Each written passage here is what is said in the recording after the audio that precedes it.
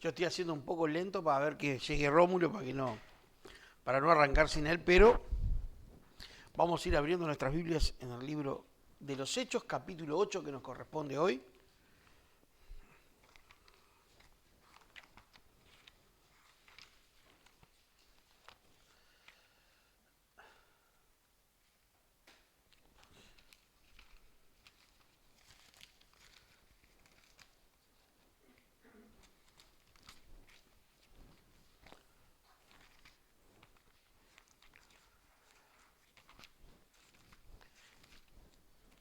Hechos, capítulo 8.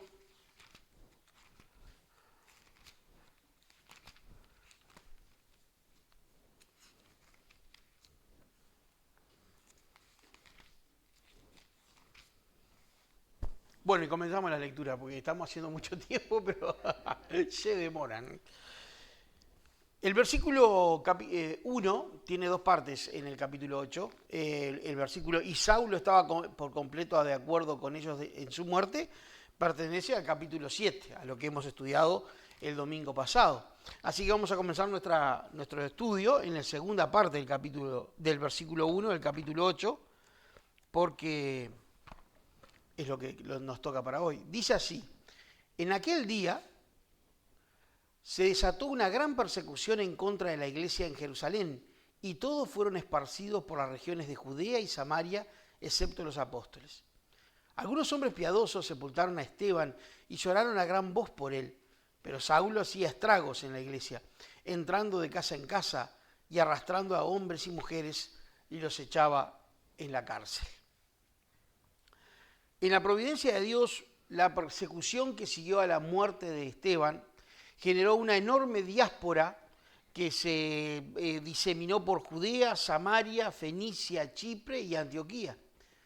Y entonces esa diáspora fue la que, huyendo de la persecución que se desató en Jerusalén, sembró el evangelio en esas zonas.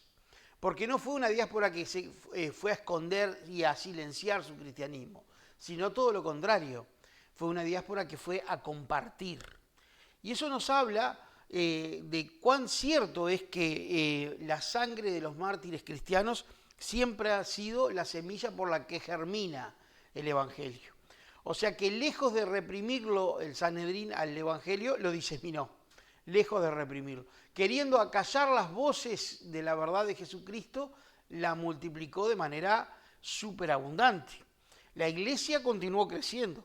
La muerte de Esteban marca un punto decisivo para la iglesia en Jerusalén, pero también marca un punto decisivo en la historia de la predicación del Evangelio y de las buenas nuevas de salvación. En la época del Antiguo Pacto, cada hombre judío y cada familia judía anhelaba visitar al menos una vez en la vida a Jerusalén. La fe era atraída hacia Sion. Pero a partir de este mismo punto, el mandamiento de Jesucristo va a empezar a cumplirse por fuerza mayor. Jerusalén empieza a ser diseminada y los lugares de adoración se multiplicarán. Y ahora sí que la iglesia, los creyentes empiezan a partir de Jerusalén a salir en algo centrífugo. Antes era todo hacia Jerusalén y ahora es desde Jerusalén al mundo. A tal punto que en los días que nos encontramos hoy, en la historia de la redención, ya no tenemos ninguna necesidad de referirnos a Jerusalén para absolutamente nada. Porque allí hay cristianos como en cualquier parte. Hay cristianos en Jerusalén como en Montreal, como en Moscú, como en Paramaribo y en Surinam, como en lugares que no podemos ni conocemos, y en todas partes del mundo. Jerusalén es un punto más. Pero en aquel momento de inicio, era el punto de partida. De repente, uno de los dirigentes cristianos es acusado y apresado y asesinado sumariamente sin que se pronuncie ninguna sentencia, como vimos el domingo pasado. ¿Cuál fue la sentencia? Ninguna. Fue un arranque de furia por un testimonio veraz, comprometido y absolutamente verídico de los hechos. Y fue asesinado. Fue un asesinato, no fue una ejecución, porque una ejecución siempre conlleva un juicio justo y un proceso legal que los judíos tenían, y en este caso no se cumplió. En un tiempo los habitantes de Jerusalén habían tenido una actitud de simpatía, ¿recuerdan? Por el movimiento cristiano. Y ahora esto ha cambiado rápidamente en hostilidad y en hostilidad abierta. No nos sorprende, porque sabemos que Jerusalén es la ciudad que recibió a Jesucristo con palmas y luego fue la misma ciudad la que dijo crucifícale, crucifícale. No tenemos más rey que el César. Cuando Lucas dice que ciertos hombres devotos sepultaron a Esteban, esto nos muestra en estos primeros versículos que todavía no estaba desatada la persecución, seguramente se estaba preparando, seguramente se estaba gestando.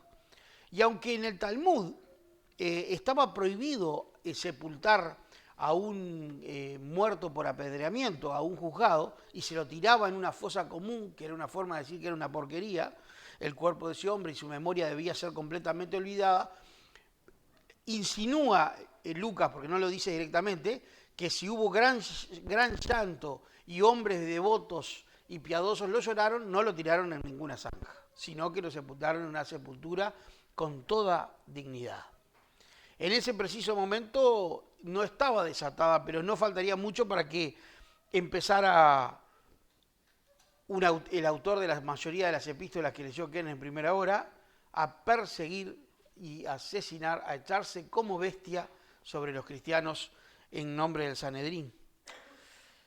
Los hombres piadosos habían llorado, la iglesia se preparaba y involucrado en toda esta represión se encontraba un destacado discípulo de Gamaliel, lo que después vendría a ser el apóstol Pablo, que a diferencia de lo que Gamaliel ha mostrado en este libro, no tenía ninguna prudencia. Era un hombre joven de unos 30 años y por lo que se sabe de un carácter sumamente dominante, tremendamente estricto, cercano a un fanatismo, bueno, que terminó sirviendo de paso a la violencia.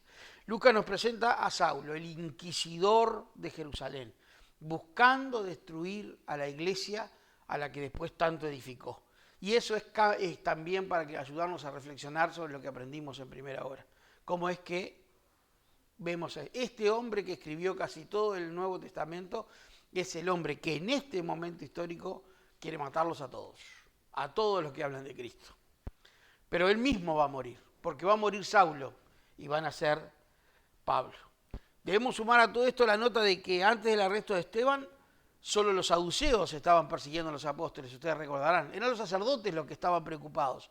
Pero en este momento en que las ropas son dejadas a los pies de Saulo, vemos que los fariseos también. Ahora es todos los judíos en contra de la fe cristiana. Ahora es toda la nación de Israel en sus representantes máximos que se declaran en contra de Jesucristo. Es una decisión que le costará a Israel mucho y que a vista obvio, ojo observador, le sigue costando. Sigue Israel luchando, tirando bombas, gastando muchas balas para defenderse de su enemigo. Y sigue siendo su problema, que es una nación rebelde y pecaminosa. Lucas nos presenta entonces a Saulo. Debemos sumar que antes del arresto de Esteban, solo los saduceos lo perseguían. Ahora es toda la nación, ya lo dije, pero ahora los gastos no van a ser solo, porque el Sanedrín va a tomar nota de que al esparcir se esparce el cristianismo y ellos buscan combatir la peste. Y esto va a desencadenar el domingo que viene un cambio radical para bien del Evangelio. Porque es cierto que Dios se glorifica en las situaciones más extremas. Cuando todo parecía que apuntaba a la destrucción del cristianismo, el elemento clave, el arma maestra humana para la destrucción del cristianismo es cambiado. Pero eso lo veremos el domingo que viene. Seguimos con nuestro relato. En el versículo 4 dice, así que los que habían sido esparcidos iban predicando la palabra. Felipe, descendiendo a la ciudad de Samaria, el término descendiendo viene porque desde un punto de vista geográfico, pero también un concepto espiritual judío muy arraigado, Jerusalén estaba en una montaña, y para ir a Samaria hay que necesariamente bajar la montaña, pues yo descendiendo, pero desde un punto de vista espiritual en el Antiguo Testamento Jerusalén era la cumbre de la humanidad, y a cualquier lado que fuera, descendía, porque ahí estaba el templo de Dios, el arca de Dios y se manifestaba Dios, por eso dice descendiendo. Descendiendo a la ciudad de Samaria les predicaba a Cristo. y las multitudes unánimes prestaban atención a lo que Felipe decía al oír y ver las señales que hacía. Porque de muchos que tenían espíritus inmundos, estos salían de ellos gritando a gran voz, y muchos que habían sido paralíticos y cojos eran sanados, y había gran regocijo en aquella ciudad. Oh, parece que en Samaria está pasando algo impresionante. Pero, ¿qué es Samaria? La capital de los archienemigos de Israel. ¿Y quiénes eran los samaritanos? Aquellos judíos de la antigüedad que habían permanecido después del destierro por ser de clase baja y desclasados, los cuales los invasores no consideraron en desterrar, y lo mezclaron con paganos, y mezclaron su fe con paganismo. Esa gente despreciada está recibiendo la gracia de pleno, y no por un personaje menor, sino por uno de los diáconos más importantes de la iglesia primitiva. Las multitudes escuchaban atentamente. Es interesante ver el paralelo con el día de Pentecostés, cuando las multitudes se congregaban a escuchar a los apóstoles. En ambos hay milagros, en ambos está el don de la predicación y las señales. Y esto no se limitaba a los apóstoles, porque aquí los apóstoles no están. Acá hay un diácono y sin embargo, hay un mismo poder, un mismo portento. Porque por supuesto los portentos no se limitan a la presencia de uno u otro ministro. Los portentos son, en este caso, manifestados por la presencia del Espíritu Santo, quien es la tercera persona de la Trinidad y que es el maestro de la iglesia. Dice el versículo 9, hacía tiempo que cierto hombre llamado Simón estaba ejerciendo la magia en la ciudad y asombrando a la gente de Samaria, pretendiendo ser un gran personaje. Y en todo, desde el menor hasta el mayor, le prestaban atención y decían, este es el que se llama el gran poder de Dios. Le prestaban atención porque por mucho tiempo los había asombrado con sus artes mágicas. Pero cuando creyeron a Felipe, que anunciaba las buenas nuevas del reino de Dios y el nombre de Cristo Jesús, se bautizaban tanto hombres como mujeres. Y aún Simón mismo creyó, y después de bautizarse continuó con Felipe, y estaba atónito al ver las señales y los grandes milagros que se hacían. Como predicador del Evangelio y sanador de enfermos, Felipe captó la atención de multitudes en Samaria. Y obviamente que recibe la bienvenida. Y los samaritanos están crecientemente contentos con él y están recibiendo lo que él dice. Es evidente que lo que despliega por Felipe nunca se había visto en Samaria. Y es muy superior a las artes realizadas por Simón el mago. Ahora, no nos engañemos. El término artes mágicas señala en el original que Simón no era simplemente un engañador o un prestidigitador. Simón era un hechicero, era un brujo y practicaba artes oscuras. Y por lo tanto tenía trato con los demonios. Los samaritanos tenían un caldo de cultivo para eso, porque ellos reconocían como escritura solamente los primeros 5 libros del Pentateuco. Tenían esperanza en el Mesías basado en el Pentateuco, a que le daban otro nombre que ahora no recuerdo cómo era, pero tenían una esperanza en un Mesías venidero. Pero la mezcla y el origen mismo con las religiones cananíticas permitían abiertamente que los samaritanos practicaran y frecuentaran brujas, adivinos y hechiceros. Y esa mezcla era realmente sumamente buena para que los demonios se manifestaran y jugaran con las mentes. Y Simón era un hechicero. Pero expuestos al Evangelio, la luz rompe las tinieblas, como siempre decimos. Expuestos al Evangelio y al verdadero poder de Dios, la oscuridad empezó a disiparse en Samaria. La acción continua empezaron y siguieron creyendo. Dice, empezaron a creer, empezaron a convencerse de la verdad. Primero los milagros, luego y seguido la poderosa predicación, la sanación y el efecto del Evangelio en cambio en las personas. Nos habla de un proceso, primero asentimiento intelectual a lo que se escucha y luego entrega en fe. ¿Y en qué creyeron? Porque aquí no lo dice, creyeron en el Evangelio, en el reino de Jesucristo y en el Evangelio.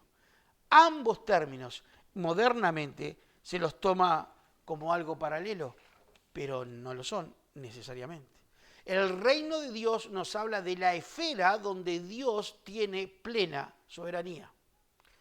Y acá se nos dice que a los samaritanos se les predicó el reino de Dios, se predicó la absoluta soberanía de un Dios todopoderoso que no puede ser comparado a nada y no puede ser detenido por nada y no puede ser contrarrestado por nada.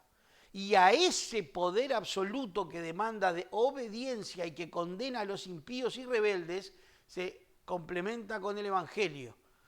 Está ese pecado, pero hay sanidad en Cristo Jesús. Y el uso de estos términos que para nosotros han llegado a ser tan comunes, Jesucristo o Cristo Jesús, revela la predicación de la doble naturaleza de Cristo.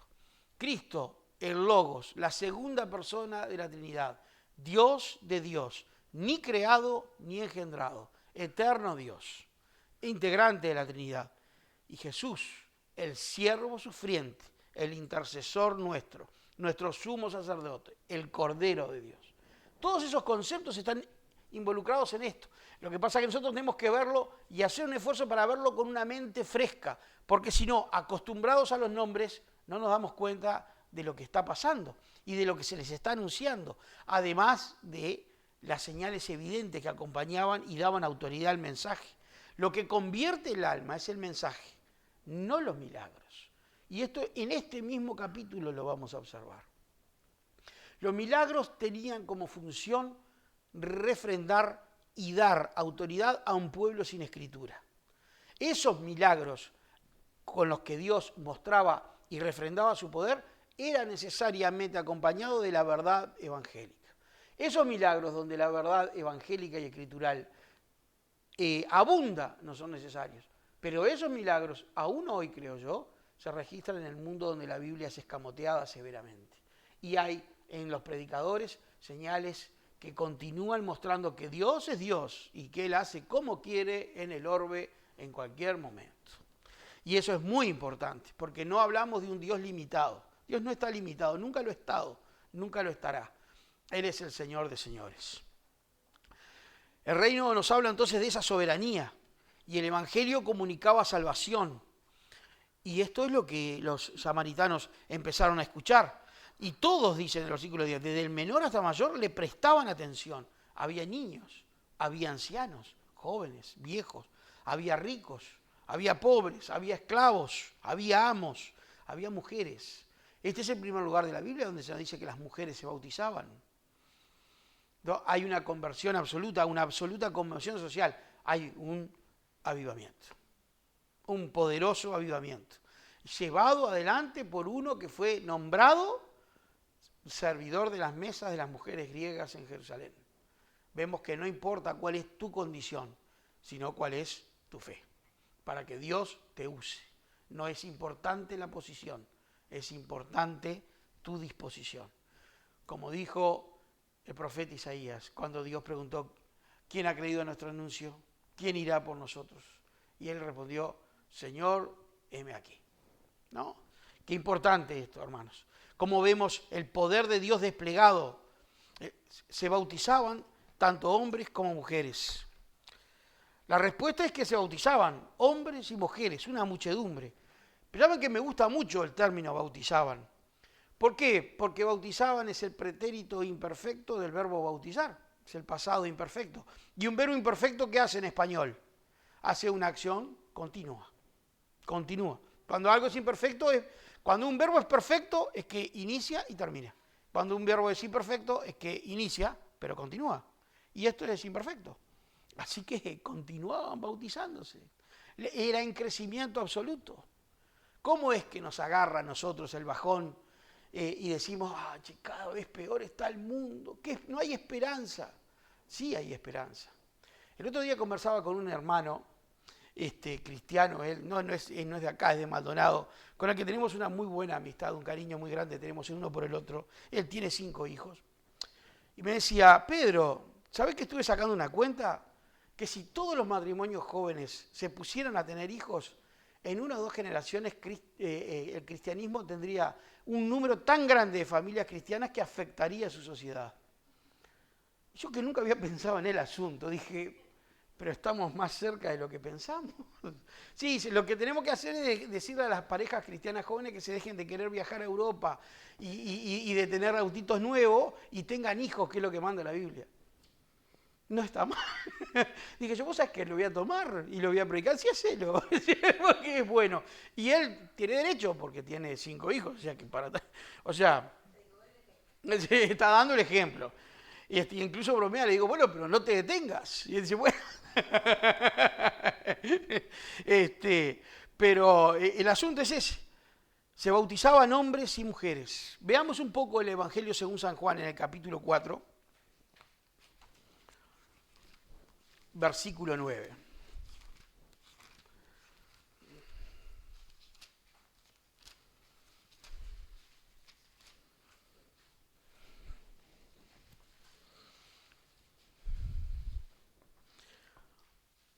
Juan 4:9 dice, entonces la mujer samaritana le dijo, ¿cómo es que tú siendo judío me pides de beber a mí que soy samaritana? Porque los judíos no tienen trato con los samaritanos. Jesús le respondió, si tú conocieras el don de Dios y quien te dice, dame de beber, tú le habrías pedido a él y él te hubiera dado agua viva. Saltemos al 19 porque todos conocemos la historia.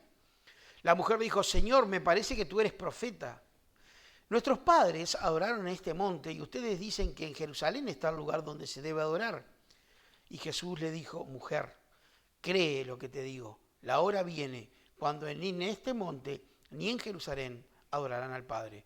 Ustedes adoran lo que no conocen. Nosotros adoramos lo que conocemos porque la salvación viene de los judíos.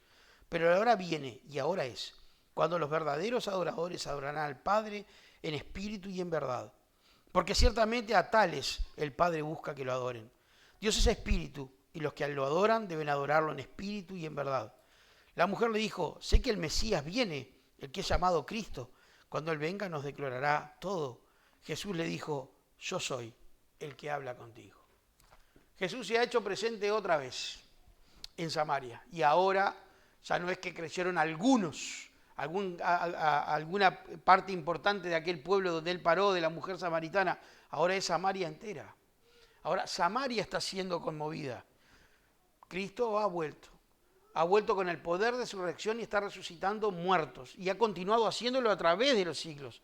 Las murallas que separaban a judíos y samaritanos en este histórico, preciso momento fueron derribadas. Fue tal cual lo que anunció Pablo en el libro a los Efesios, capítulo 2, versículo 14. Acompáñenme si quieren. 2:14 de Efesios.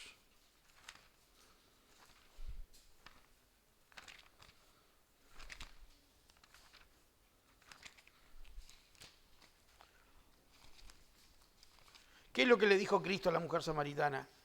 Va a llegar el momento en que no va a importar ser judío o samaritano, porque ni en Jerusalén ni en este monte adorarán. Porque lo que buscan es el Padre, adoradores en espíritu y en verdad, en cualquier parte. O sea que lo que le está diciendo, llega el momento, y ahora es el momento, en que no importa que seas judío o no lo seas. En que no importa si sos gentil o no lo sos. Lo que importa es que adores al Padre en espíritu y en verdad. Pablo lo explica también en su epístola a los Efesios, en el capítulo 2, versículo 14, dice, porque Él mismo es nuestra paz, y de ambos pueblos, judíos y gentiles, hizo uno, derribando una pared intermedia de separación, poniendo fin a la enemistad en su carne, la ley de los mandamientos expresados en ordenanzas, para crear en Él, en Jesús, mismo de los dos un nuevo hombre, estableciendo así la paz. Y para reconciliar con Dios a los dos en un cuerpo por medio de la cruz, habiendo dado muerte en ella a la enemistad. Y vino y anunció paz a ustedes que estaban lejos y paz a los que estaban cerca. Se acabó la división, se acabó la religión nacional, se acabó la religión de ritos. Ahora es la hora de la religión enteramente por fe, no étnica. Es la hora de la iglesia. Simón. Entonces reconocen los samaritanos que están frente al mensaje de Dios y al mensaje de la unidad. Y aunque no vamos a llegar al fin de este capítulo hoy, vamos a terminar sí viendo cómo Dios se encarga muy bien de darle a la conversión de los samaritanos la misma autoridad a la conversión que tienen los judíos. No porque para Dios fuera necesario esa señal externa, sino que para los judíos comprendieran que para Él es muy importante la conversión de los samaritanos, que son la puerta de entrada a todo el mundo no gentil, a la fe verdadera de Abraham. Dios hace este movimiento, pero no nos vamos a adelantar. Acá también se nos dice que un tal Simón fue convencido y pidió bautismo. Es interesante este caso para nosotros, es muy interesante. Vamos a leerlo. Dice, hacía tiempo que un cierto hombre llamado Simón estaba ejerciendo la magia en la ciudad y asombrando a la gente de Samaria, pretendiendo ser un gran personaje. Simón reconoce que uno más grande que él ha llegado y tiene una actitud interesante. Cuando la gente lo deja, seguramente lo deja a él y a su poder para ir tras Felipe, porque Simón reconoce que ese poder es más grande, pero no lo combate, se pliega. Se pliega, interesante. Él se pliega a la multitud y empieza a seguir a Felipe. Observa los portentosos milagros, pongámonos en situación, exorcismos con la sola palabra, paralíticos que caminan, ciegos que ven, enfermos y leprosos que se curan. Y Samaria nunca había visto tal cosa. Y Simón sabe que sus artes demoníacas no le permiten hacer eso. Pero él lo está viendo. Y está viendo que por sola palabra de Felipe, la sola invocación del nombre de Cristo y por el solo poder del Espíritu Santo, se produce y ve que la gente viene y viene y viene y es indetenible. Entonces Simón muestra una astucia tremenda. Él, en vez de hacerle la guerrita, dice, no, pero, a ver, al estilo romano, si no puedes con ellos, úneteles. Así que cuando dijo esto es más fuerte que yo, me sumo. O sea que observa, pero sin embargo Simón, como vemos en el relato, ¿lo leía en los versículos 9 al 13? No, por eso. Disculpen, vamos a leerlo para tener contexto de lo que vamos a comentar. Hacía tiempo que cierto hombre llamado Simón estaba ejerciendo magia en la ciudad y asombrando a gente de Samaria, pretendiendo ser un gran personaje, y todos, desde el menor hasta el mayor, le prestaban atención. Y decían, este es el que se llama el gran poder de Dios. Le prestaban atención porque por mucho tiempo los había asombrado con sus artes mágicas. Pero cuando creyeron a Felipe, que anunciaba las buenas nuevas del reino de Dios y el nombre de Cristo Jesús, se bautizaban, tanto hombres como mujeres, y aún Simón mismo creyó. Y después de bautizarse continuó con Felipe y estaba atónito al ver las señales y los grandes milagros que se hacían.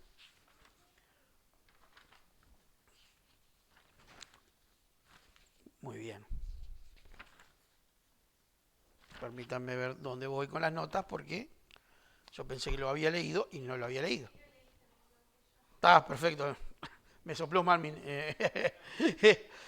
Vemos que él entonces, sigamos el texto, estaba atónito. Eso significa que no tenía reacción, que estaba tremendamente asombrado, porque se dio cuenta de que este poder lo superaba. Ahora, ¿cuál era la relación que tenía Simón con los demonios?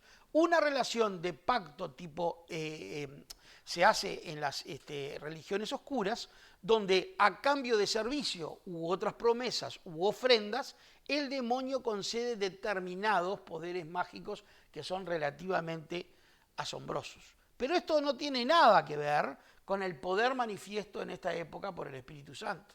Absolutamente nada que ver. Porque una cosa es el poder de los demonios y otra cosa es el poder de Dios.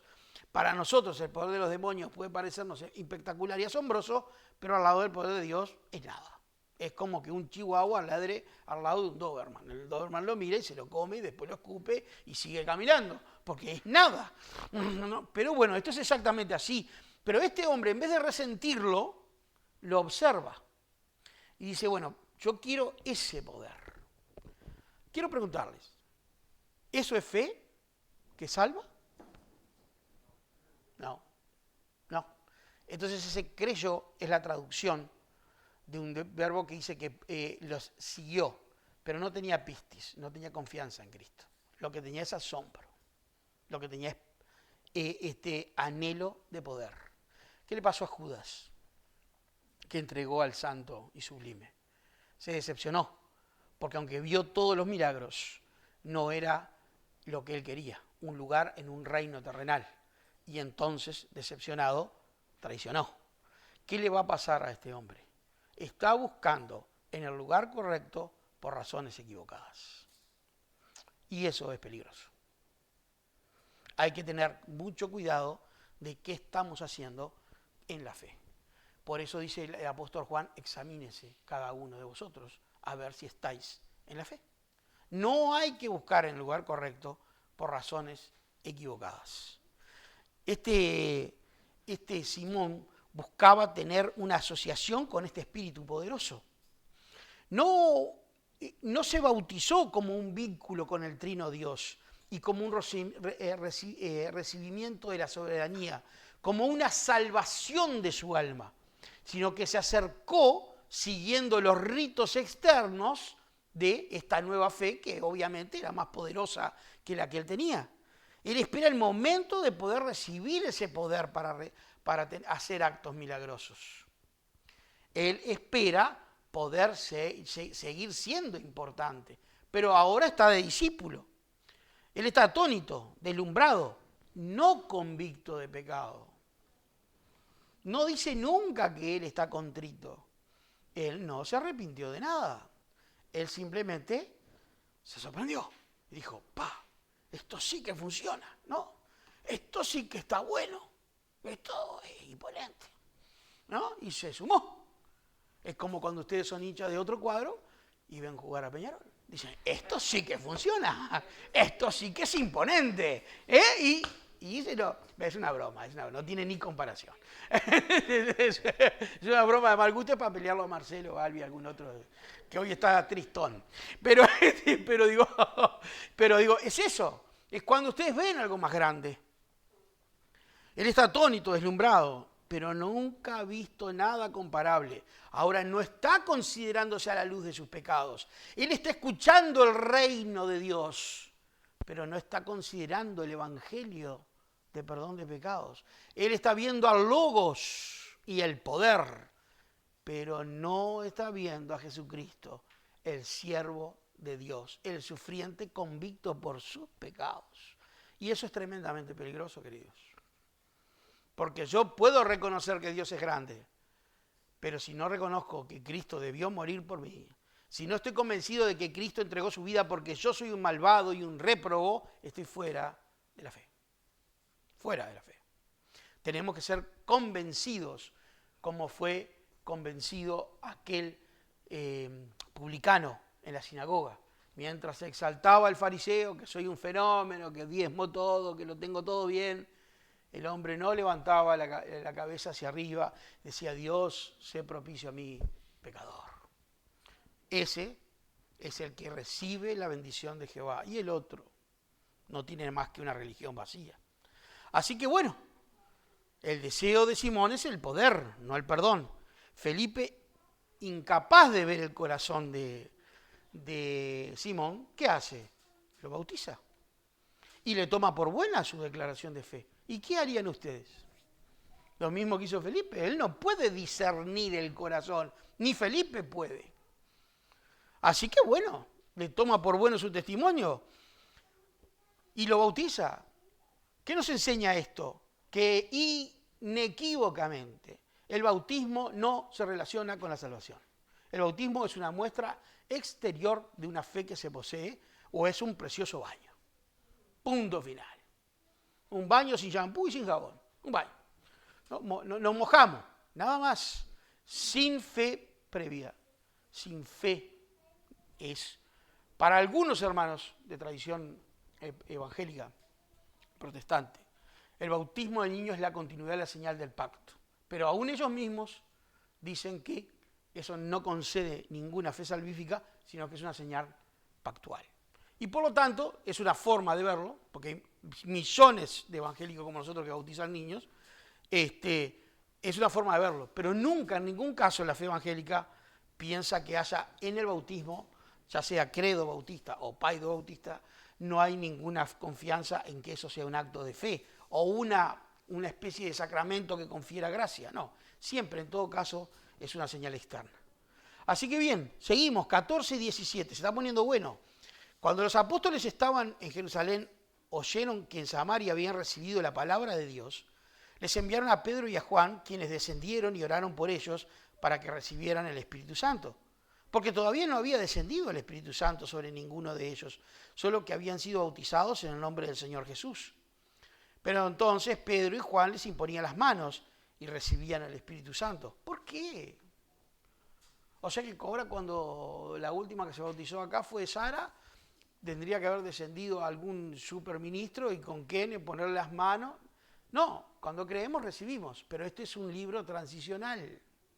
Y es muy importante mostrarle a los judíos de Jerusalén y a los otros que estos recibían el Espíritu Santo de igual manera sobrenatural que recibieron ellos en Pentecostés, para mostrar que es la misma conversión, el mismo pueblo, la misma salvación.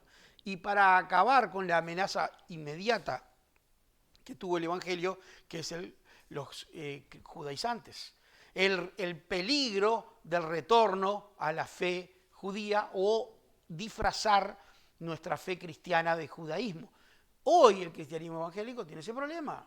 Hay muchos hermanos que les gusta tener menorás, banderas de Israel, llamarse Moshe, ¿no? Y no que se usa equipa. Nada de eso tiene que ver con nosotros. Nosotros somos el pueblo del nuevo pacto, ¿no? Pero hay mucho que se entrevera allí. Somos el pueblo de Cristo, ni hablar que somos el pueblo de Cristo, pero no necesitamos llamarnos Jacobo, ¿no? Ni tener nombre judío. Bueno, esto es lo que ellos están combatiendo acá. Los apóstoles marchaban para dar cumplimiento al hecho de la igualdad de la salvación. Al igual que en la casa de Cornelio, también es necesario que desciendan, eso lo veremos en el capítulo 10, las lenguas de fuego. No porque eso sea un requisito para recibir el Espíritu Santo. No porque lo que algunos hermanos carismáticos llaman el bautismo del Espíritu Santo sea algo aparte de la conversión. Cuando nos convertimos recibimos el Espíritu Santo en el momento y ese es el bautismo del Espíritu Santo.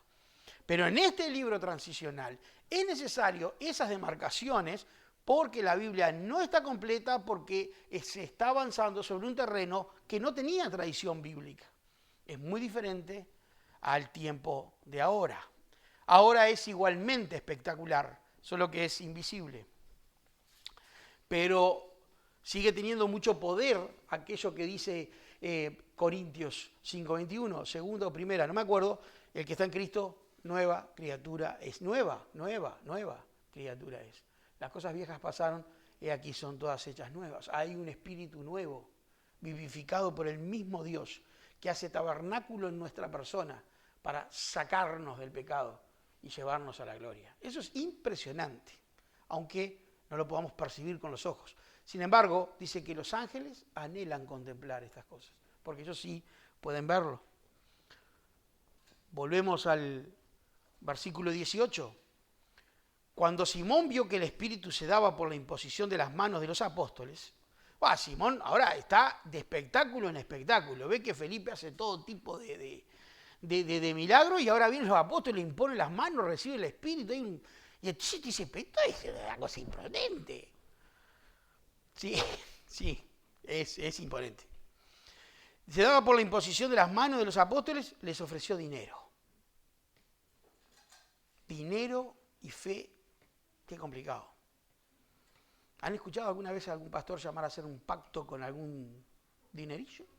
¿Un $1.000 para el Señor? Para el señor pastor, ¿no? ¿No? Y los señores diáconos Bueno, acá está. Les ofreció la simonía. Es como se conoce esto en la tradición cristiana. Es el involucrar el dinero para comprar bienes. Eso hizo que Lutero se enfureciera cuando un inquisidor alemán andaba por Alemania vendiendo perdones a cambio de monedas. Es esto, simonía. No es verdadera fe, es repugnante blasfemia. No se puede comprar la sangre de Cristo. Eso es una blasfemia asquerosa y debe ser rechazada. Cuando Simón vio que el Espíritu se daba por la imposición de manos de los apóstoles, se ofreció dinero y les dijo, denme también a mí esta autoridad, de manera que todo aquel sobre quien ponga mis manos reciba el Espíritu Santo. Entonces Pedro, que ya estaba más maduro en la fe, dijo, pero no, hermano, está equivocado. No haga tal cosa, eso es pecado. Vaya y arrepiéntase. Entonces Pedro le contestó, que tu plata perezca contigo. Derecho viejo. ya, morite vos y tu plata. Nada que ver con nosotros. Porque pensaste que podías obtener el don de Dios con dinero. Lo acabo de excomulgar. Le dice que está fuera de la fe y fuera de la salvación. Todo lo que atares en los cielos, en la tierra o será atado en los cielos, todo lo que desates en la tierra es tan grave como eso. Es el apóstol Pedro, el líder de los 12, que le está diciendo, tu plata perezca contigo, afuera. Afuera. Afuera. No podés comprar la salvación. No tienes parte ni suerte en este asunto. Estás afuera, querido. Y el servicio cristiano de ninguna manera es para ti. De ninguna manera. Porque tu corazón no es recto delante de Dios. Ananías y Zafira acaban de cometer un error grave en el capítulo 5. Le mintieron al Espíritu Santo. Murieron por eso. Pienso que porque murieron automáticamente eran creyentes. Yo lo creo. No tengo cómo probarlo, pero yo creo que ellos dos eran creyentes y que hicieron algo que estaba muy mal y Dios los castigó severamente. Pero no. Aquí no muere Simón, sino que se lo deja con vida, lo cual me preocupa mucho por su alma. Lo que se le dice es que estás afuera de esto. No perteneces a nuestro pueblo y de ninguna manera vos vas a ser ministro del Evangelio. Directo. Por tanto, le dice el versículo 22, aparece la misericordia, arrepiente de esta tu maldad y ruega al Señor que si es posible se te perdone el intento de tu corazón. O sea, es grave. Pedile a Dios. Él no dice yo voy a orar por ti. Él dice pedile a Dios. ¿Qué dice el libro de Santiago? Hay pecado de muerte. Por ese pecado yo no pido que se ore. Esto es un pecado de muerte. Esto es ir demasiado lejos. Es esto mezclar lo más profano, lo demoníaco y lo material, lo sensual, no necesariamente de sexualidad, sino sensual de sentidos, con lo santo. Esa mezcla es explosiva. Dios la repugna. La repele y la repugna y la condena. Esto que Pablo está haciendo es una maldición sobre Simón. Lo está maldiciendo directamente, sin ningún tapujo. Lo maldice. Y le dice, orá directamente a Dios a ver si Él te concede arrepentimiento. Porque veo que estás en hiel de amargura y en cadena de iniquidad. ¿Está en hiel de amargura y en cadena de iniquidad? ¿Está triste Simón en ese momento? No, ese es el futuro de Simón. Ese es el futuro. Esa es la condición a la que las artes mágicas lo van a condenar. Y normalmente las artes mágicas y la influencia demoníaca genera caracteres tristes, depresivos, oscuros y hoscos. Por eso la Biblia nos enseña, quítese de vosotros toda ira, todo enojo, toda gritería, cosas que no son del Espíritu. Nosotros podemos tener tendencia a eso en nuestro pecado natural, pero no debe ser nunca una característica, debemos combatirlo. Pero sí, es cadena de amargura y de iniquidad. Realmente me afecta un poco por Simón. No porque yo tenga ninguna simpatía por el sujeto que él fue en aquel momento y que ahora está donde Dios haya querido. No sé si Dios le perdonó o no, así que no voy a inventar. Pero da tristeza porque este hombre está con un pie y 3/4 en el infierno eterno. Porque no comprendió de qué se trata el asunto. Y porque la gracia y la misericordia es de Dios, pero Dios es santo y no se puede jugar con Él. No se puede jugar con Dios. Escrito está, dijo Jesucristo, al Señor tu Dios honrarás y a Él solo servirás. Y también está escrito, no tentarás al Señor tu Dios. Simón no tenía idea de qué es con lo que estaba jugando. Este no era otro demonio utilizable. Pero Simón respondió, rueguen ustedes al Señor por mí, para que no me sobrevenga nada de lo que han dicho. No ora directamente. ¿Quién no ora directamente, queridos? Los inconversos no oran directamente. Siempre que le decimos, orá vos que tenés un trato especial con él, como si fuera algo, no vos que hablás con él, esas cosas que nos dicen a todos. ¿Por qué no ora? Porque no tiene conocimiento de Dios, porque no tiene acceso a Dios, porque no tiene conciencia de él. Simón le dice a Pedro, no, orá vos por mí. ¿Lo habrá hecho Pedro? Por el texto no parece, pero no lo sabemos. Y eso después de haber testificado solemnemente y hablado la palabra del Señor, iniciaron el regreso a Jerusalén anunciando el Evangelio en muchas aldeas de los samaritanos. Doblegaron la función de Felipe y continuaron sirviendo. Y versículos 24 y 25, 18 y 23. Ya lo leí. Sí, 24 y 25. Pero Simón respondió, rueguen ustedes por mí para que no me sobrevenga nada de lo que he dicho. Y eso después de haber testificado, bueno, le leí 26. Un ángel del Señor le dijo a Felipe, levántate y ve hacia el sur, al camino que desciende de Jerusalén a Gaza. Este es un camino desierto. Él se levantó y fue. Y había un eunuco etíope, un alto oficial de Candans, reina de los etíopes, el cual estaba encargado de todos sus tesoros, el cual había venido a Jerusalén a adorar. Esta es una impresionante muestra de cómo la gracia de Dios se estiró de golpe. ¿Qué pasaba con los eunucos en el templo de Jerusalén? No podían entrar. Bueno, no podían entrar a lo de los judíos, pero a los gentiles no podían entrar. No podía entrar ninguno que fuera manco o tuerto o que fuera eunuco, nada. Ningún imperfecto, no podía entrar. Si no podía entrar en la época del Antiguo Testamento al atrio en Jerusalén, ¿qué pasaba? No tenía comunión, no podía ofrecer sacrificios. Pero este eunuco no está en Jerusalén. Sirve en un reino africano. Y está rumbo a su casa porque ha venido a servir, ha venido a adorar.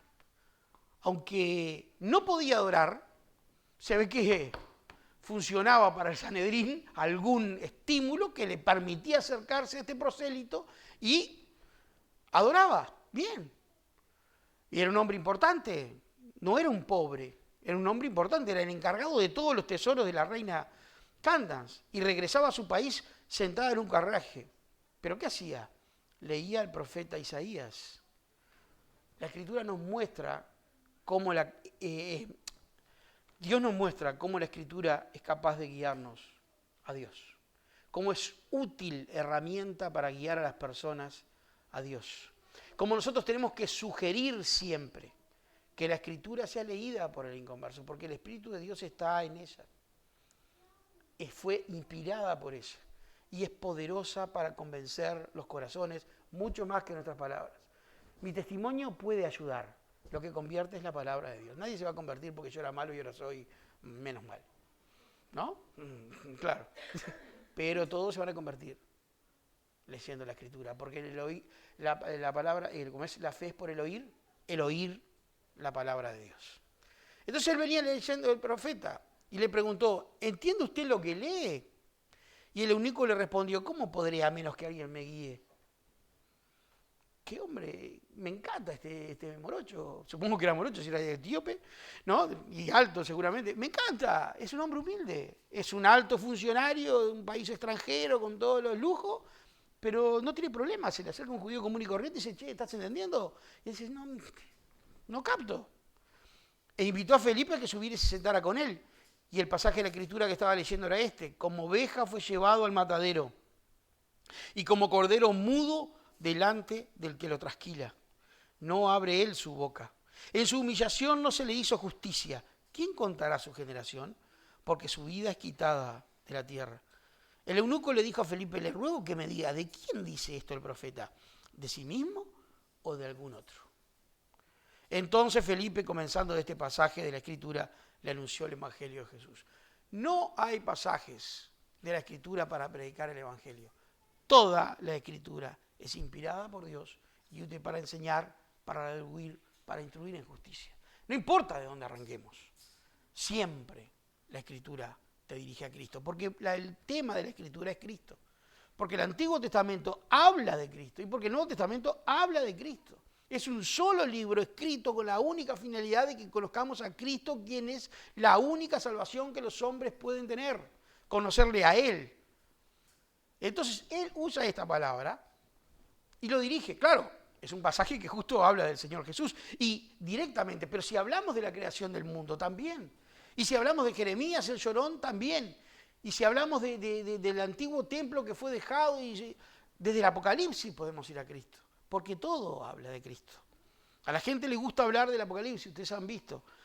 Estallan cada rato guerras ahora hay una guerra entre Camboya y su país central. Ayer estuve mirando radio televisión francesa y los franceses están rearmándose y haciendo bombas y haciendo de todo porque sienten que va a haber una invasión y toda la historia. Y bueno, parece que el mundo es un polvorino hoy mismo, pero no sabemos cuándo Cristo viene. Así que desde cualquier lado, si alguien que seguramente tiene intereses cristianos va a leer la Biblia y decir, ¿cómo será esto? ¿Va a venir el fin del mundo? Bueno, podemos citar a Cristo. Oirán de guerras y rumores de guerras, pero todavía no es el fin. Y le hablamos de Cristo y de la promesa segura de su segunda venida. Pero sobre todo, antes del oír del fin del mundo y de su segunda venida, podemos enganchar para hablar de su primera venida, que está plenamente vigente, y del tiempo que es necesario para la salvación. Porque de nada le sirve a alguien saber de su segunda venida si no ha recibido la fe evangélica, la fe que salva, la única fe que salva. Porque qué importa que sea un experto en tiempos finales, si es que hay tal cosa, experto en tiempos finales, si no tiene a Cristo. Entonces Felipe, comenzando con este pasaje de la Escritura, le anunció el Evangelio de Jesús. Dije que lo iba a terminar, pero al final, para lo que me falta. Yendo por el camino, ya estoy terminando, no se preocupen. Yendo por el camino llegaron a un lugar donde había agua y el eunuco dijo, hay agua. ¿Qué impide que yo sea bautizado? Nosotros, por buena costumbre, tomamos un tiempo después de la profesión de fe para ver si ella tiene legitimidad o cierto fruto y luego bautizamos. Lleva unos meses, a veces un año, en algunas denominaciones un año, en algunas que exageran un poco, 1 año y medio, porque ya me parece medio mucho, pero está. ¿Cómo es? Pero aquí fue inmediato. Él le explicó, el único aceptó y el símbolo vino. Vemos que no es necesario que esperemos. Pero yo creo que a esta altura de nuestra vida, de nuestra evolución como iglesia, es prudente. Ahora, y Felipe le dijo, si usted cree con todo su corazón, puede. Creo que Jesucristo es el Hijo de Dios, respondió el eunuco. Y ahí resumió su fe. Pero qué lindo, pero se acaba de convertir el hombre. El hombre era un tipo interesado en la religión judía. Emerge como un cristiano salvo. Explicar la Escritura es la mejor forma de producir fe en los corazones. Porque no la producimos nosotros. La produce la gente, la fe, el Espíritu Santo. Mandó a parar el carruaje y ya descendieron al agua y Felipe lo bautizó. Y al salir ellos del agua, el Espíritu del Señor le arrebató. Felipe salió del agua y desapareció. Y el eunuco quedó sumamente preocupado, tremendamente consternado. Dijo, ¿y dónde está Felipe? ¿Y qué se lo llevó? Fue abducido por un ovni o algo más. No, dice, y no lo vio más. Y el eunuco continuó su camino gozoso porque el eunuco había encontrado lo que él buscaba. Los corazones sedientos están ahí afuera. Ahí afuera están. Y nosotros tenemos el agua. Hay que unir las dos puntas y se produce el milagro. Es eso. Es eso. El eunuco estaba deseando conocerlo. El eunuco estaba alimentado por la Escritura y quería saber. Y Felipe tenía la respuesta. Así que Dios simplemente lo puso al lado. Y en eso nos dice a nosotros, muchachos, allá afuera están los que van a creer. Vayan por ellos. Vayan por ellos. Y una a las dos puntas. Y ya está. Porque la salvación es del Señor. Y mandó parar el carruaje y ambos descendieron al agua y Felipe lo bautizó y al salir de ellos el Espíritu del Señor lo arrebató y Felipe no lo vio más y el eunuco continuó su camino gozoso. Pero Felipe se encontró en Azoto y por donde pasaba anunciaba el Evangelio en todas las ciudades hasta que llegó a Cesarea. Felipe continuó trabajando. Paró voló, no sé cómo fue, llegó a Soto y siguió trabajando. Aerolíneas El Espíritu, Air Spirit, ¿no? No sé cómo fue. Pero debe haber sido algo bastante milagroso, porque dice que lo arrebató, esto no es común. Si un día yo en la mañana veo a Ken en Rosario y al rato está acá, es porque algo está pasando. Y eso que él en la camioneta anda bastante rápido, pero no tan rápido como él. Inmediato, maravilloso, el Espíritu obrando a plenitud, porque se desplegó el poder del Espíritu Santo y las tinieblas empezaron a retroceder desesperadas para atrás. ¿Alguna vez vieron El Señor de los Anillos en la batalla del abismo de Helm, cuando los orcos parece que acaban con todo y de repente viene Gandalf, que es Tolkien era muy cristiano y por lo tanto tomaba imágenes de la Biblia constantemente, y el caballo blanco que alumbra con una gran luz y atacan todos los caballeros Rohirrim y acaban con los malos? Esto está pasando acá. La luz se desplegó, queridos, y avanza a pasos agigantados y los orcos solo pueden retroceder, porque la luz es incontenible. La luz llegó a Uruguay, que hace solo 200 años no conocía lo que era el cristianismo bíblico y estaba bajo el oprobio romano. Y ahora no. ¿Y qué podemos hacer nosotros para que la luz siga? Para que cuando nuestro cuerpo caiga a tierra y nuestro espíritu vuelva al Señor, Uruguay sea más cristiano. Lila y yo no podemos tener más hijos, anuncio. Pero podemos hacer que otros se casen y tengan hijos y podemos hablar del Evangelio a todos los que podamos y todos nosotros podemos hacer eso, avanzar la luz. Este incontenible movimiento no ha sido detenido por Satanás ni un solo instante desde que el Señor lo echó a rodar. Y siguen resonando las palabras del Rey resucitado. Toda potestad me ha sido dada en los cielos y en la tierra. Vayan pues a las naciones y bautícenlos en el nombre del Padre, y del Hijo y del Espíritu Santo, enseñándoles a guardar todas las cosas que os he mandado. Yo estoy con vosotros todos los días hasta el fin del mundo. Es glorioso. Este trabajo de Felipe es nuestro trabajo. Hagamos nuestro trabajo esta semana. El Señor bendiga su palabra.